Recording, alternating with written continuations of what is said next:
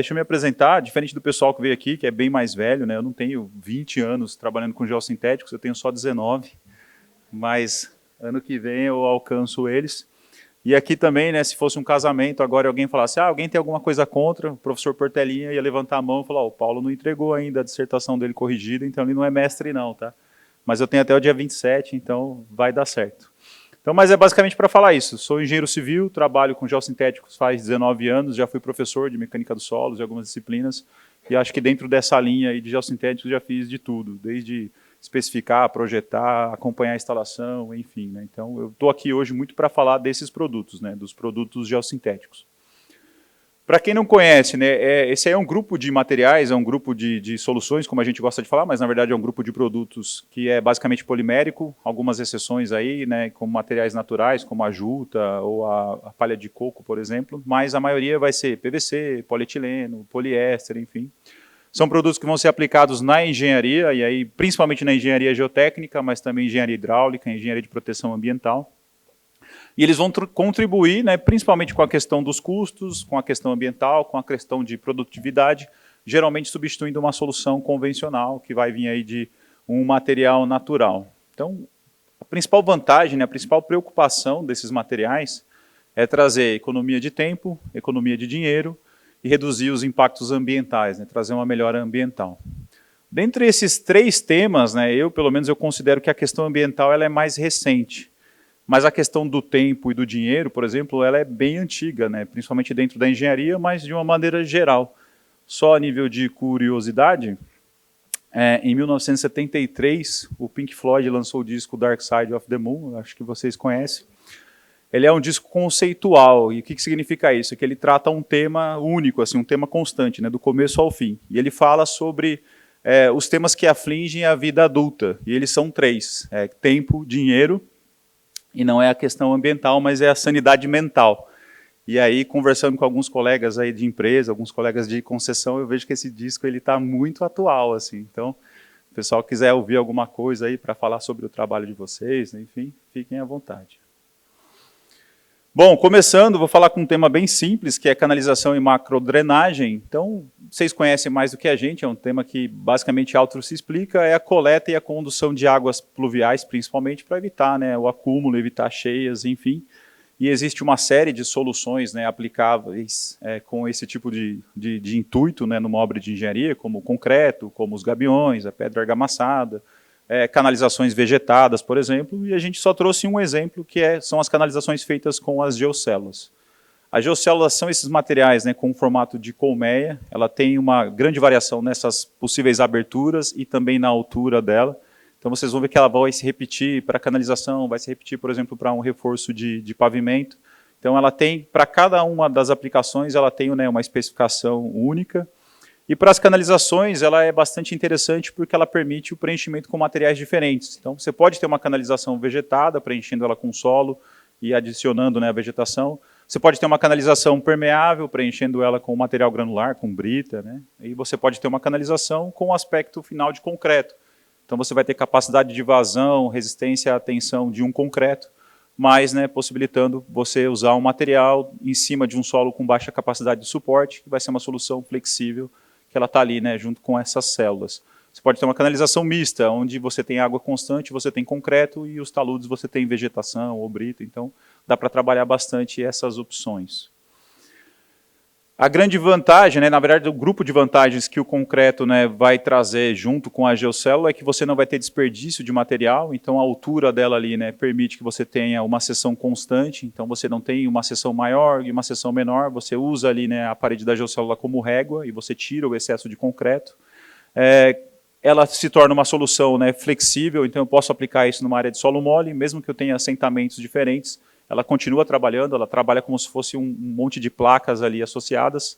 Eu não preciso de junta de dilatação, porque a própria célula vai trabalhar isso. Então, ela é uma solução que vai trazer agilidade e aplicabilidade, né, em outras situações. E, no final, o que eu vou ter é o acabamento de concreto. Então, de novo, velocidade, né, capacidade de vazão vão estar relacionadas ao concreto. Então, aqui só alguns exemplos de aplicação. Pode ser uma canalização extremamente grande ou extremamente pequena, um material bem fácil de aplicar. Aí, né, a gente foi e pegou um exemplo de aplicação, então considerando ali, né, 250 metros de extensão para um canal, mais ou menos ali com 4 metros de largura, então 1.000 metros de área de canalização, considerando, né, um ambiente de obra pesada na região sudeste. Então, o Maurício falou muito de inteligência artificial com maturidade, né? Vocês vão ver as minhas representações de inteligência artificial sem nenhuma maturidade ou muito pouca. Mas aí o que eu fiz? Peguei esse exemplo, levei lá para o ChatGPT, por exemplo, e falei, ó, calcula para mim aí canalizações, né, considerando esses dados de entrada e o que eu tenho de resultado. E uma das respostas que ele dá é um comparativo, né, pensando, por exemplo, um concreto armado, uma canalização com gabião ou uma canalização com geocélula preenchida com concreto. Então ele já dá alguns critérios de custo, já dá ali, né, em relação à velocidade de execução, se é bom ou é ruim aplicar isso sobre solo mole, né, e, enfim, me dá uma complexidade executiva, pegada de carbono, já me dá uma série de informações. Mas, se você conversar ali com a inteligência, né, e pedir valores, ela vai te calcular tudo isso.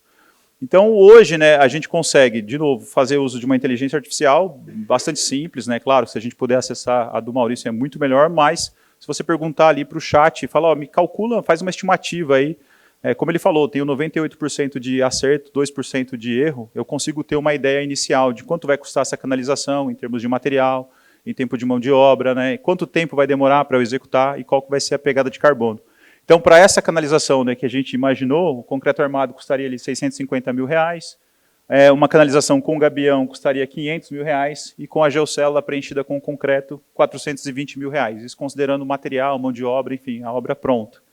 Concreto armado demoraria 40 dias, o gabião colchão 30 dias, a geocélula demoraria 20 dias. A minha pegada de carbono com concreto armado seria equivalente a 65 toneladas de CO2, 45 para o gabião colchão, os mesmos 45 para a geocélula. Então, de novo, o uso de IA aí bem simples, bem rápido, ele me dá uma tabela que eu consigo adicionar no meu projeto. Indo para aterros sobre solos moles, a gente tem algumas soluções, né, que são bem básicas para esse tipo de situação, onde eu tenho um NSPT muito baixo, né, menor do que 4 golpes, por exemplo, e, né, me impossibilita de construir a minha rodovia. Então, a gente parte aí para 4 diferentes tipos de aplicação, sempre usando ali ou a geogrelha ou usando a geocélula, mas principalmente a geogrelha. A geogrelha é um material, né, dentro dos geossintéticos que ela tem basicamente uma única função, que é reforçar o solo. Então eu vou reforçar um aterro que vai ser executado sobre esse solo mole. Então eu posso ter diferentes níveis de resistência, diferentes níveis de deformação ou alongamento, mas a aplicação dela vai ser sempre nesse sentido. Eu não vou filtrar, eu não vou separar, eu vou só reforçar. Com isso, a gente tem basicamente 4 grandes modelos de, né, obras geotécnicas que a gente faz sobre os solos moles. O primeiro deles são os aterros sobre solos moles, então eu não vou fazer uso basicamente de mais nada. O que eu vou fazer é reforçar o meu aterro para que ele não sofra uma ruptura global. Então eu não estou muito preocupado com níveis de deformação, com recalques diferenciais, embora eu vá melhorar o comportamento final do meu aterro, mas a minha principal análise é a estabilidade desse maciço. Eu não vou ter rupturas globais. Então, basicamente, eu vou reforçar ali a base de um aterro e vou fazer essa construção, né, sobre uma área aí com solo mole ou muito mole. Esse aqui é um exemplo, né, a gente traz como um caso de obra, até o projetista está aqui, né, o engenheiro Thiago Pepinelli, onde a gente quer mostrar mais do que a empresa, né, a Geosoluções pode fazer, até mais do que o próprio material. Então, é um exemplo de como a gente consegue ajudar vocês.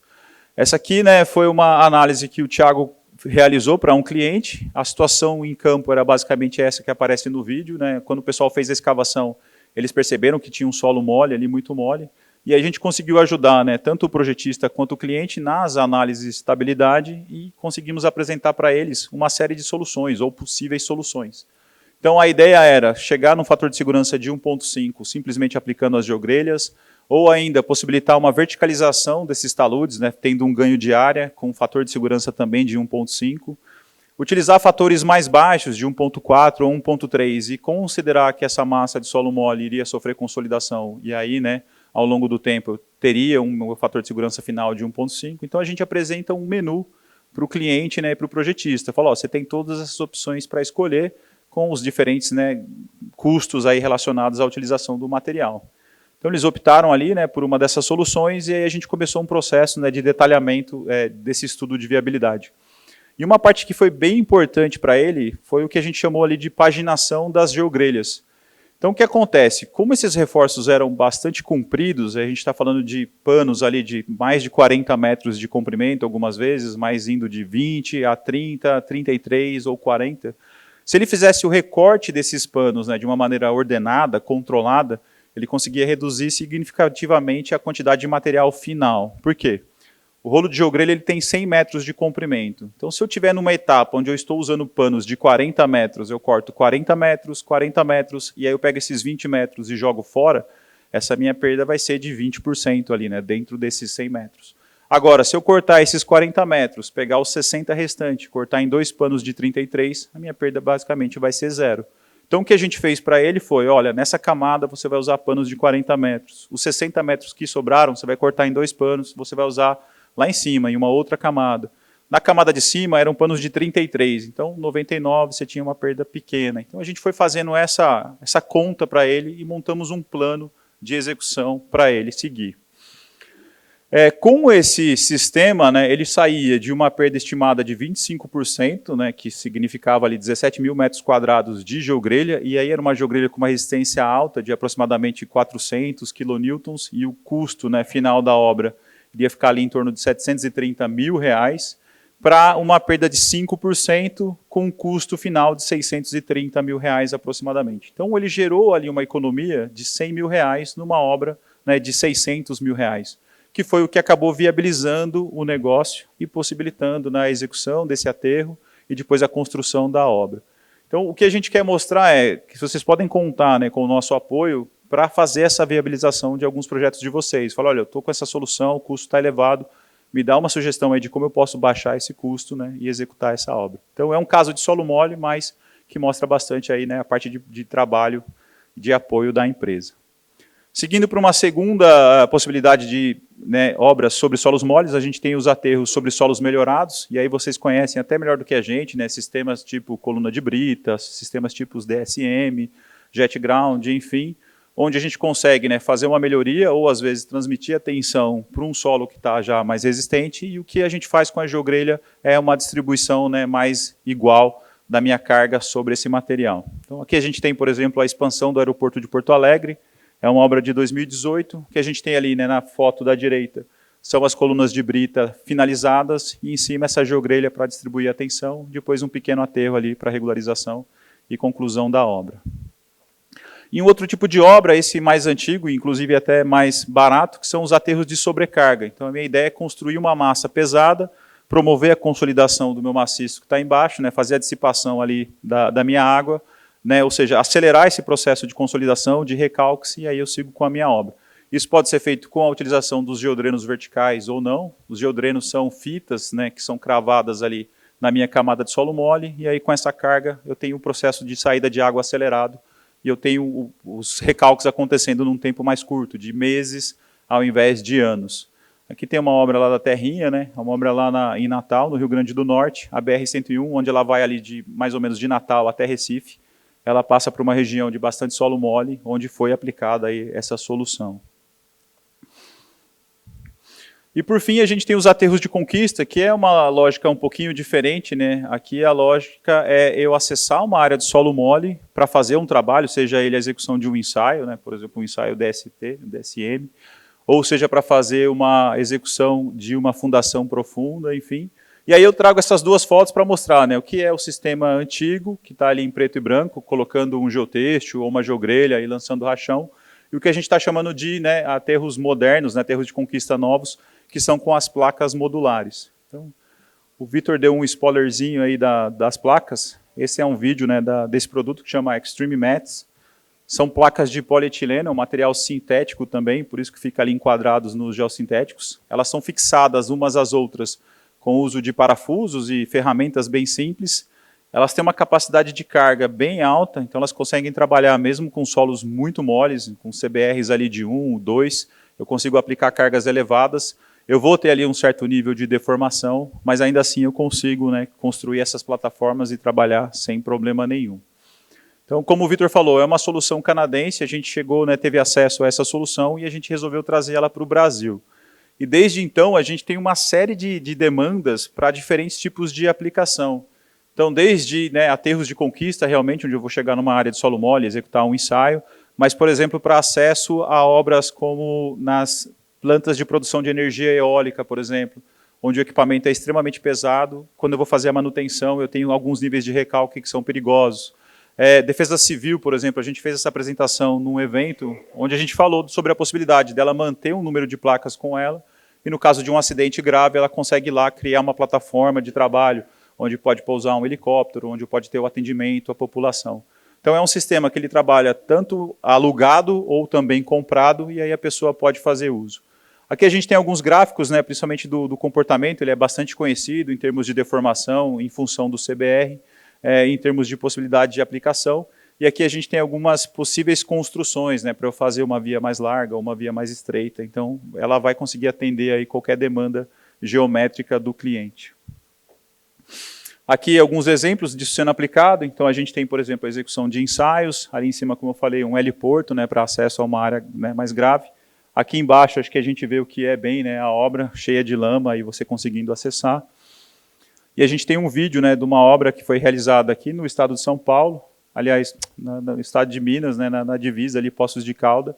Isso foi do ano passado. Essa é uma máquina de execução, de fundação, e ela precisava ter essa estabilidade para fazer essa aplicação. Então, é basicamente uma obra teste, onde a gente conseguiu comprovar algumas questões aí de instabilidade, de questão de velocidade de instalação. Então, como eu falei, é uma solução recente, a gente começou a trabalhar basicamente no ano passado. Todo dia chega uma demanda nova, o pessoal, por exemplo, isso aí eu acho que seria bem interessante para esse tipo de construção, para esse tipo de obra. Então é algo que a gente vem trabalhando aí e achando bastante aplicações, a gente espera que essas aplicações possam ajudar vocês também. Fazendo um exemplo, isso aqui foi uma solicitação que a gente teve, ainda está em fase de projeto, então ela mistura aí um pouco de inteligência artificial, mas um pouco de caso real. A gente precisava de aproximadamente 5.000 metros quadrados de plataforma, eu tinha uma espessura média ali de solo mole de 2 metros, era aqui na região também da Grande São Paulo.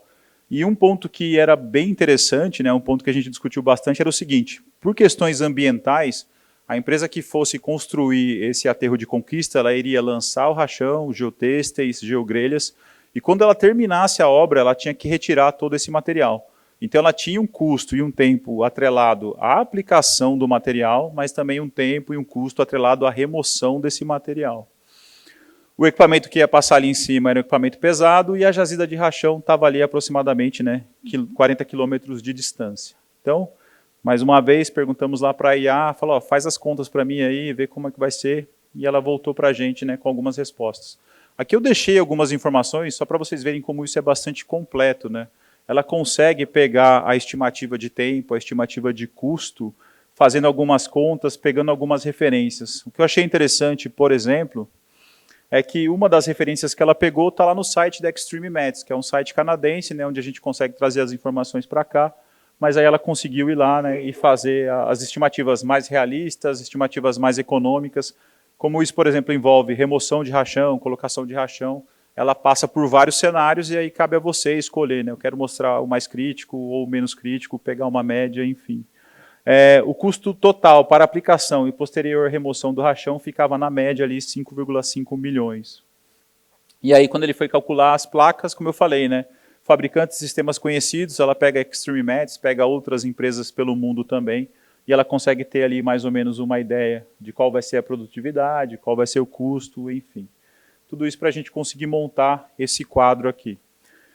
Então, em termos financeiros, a aplicação do rachão ela ficava em torno de 5,5 milhões, e aí a Extreme Mats ficava 3,9 milhões, pensando numa obra de 3 meses. Então, era mais ou menos 1,3 milhões de reais por aluguel da placa. Por que eu coloquei isso? Como é uma placa alugada, a ideia é que em 3 meses, depois de instalado, você fosse lá, conseguisse fazer todos os trabalhos de fundação que você precisasse, retirasse a placa e fosse embora. Mas isso aí fosse ficar lá 2 anos. 2 anos realmente ficaria mais caro. 6 meses. 6 meses não sei, a gente tem que avaliar. Mas aí, de novo, por isso que a gente está aqui. Quando vocês tiverem esse tipo de necessidade, falem com a Geosoluções, a gente vai fazer uma avaliação para vocês, caso a caso, e vai conseguir dizer.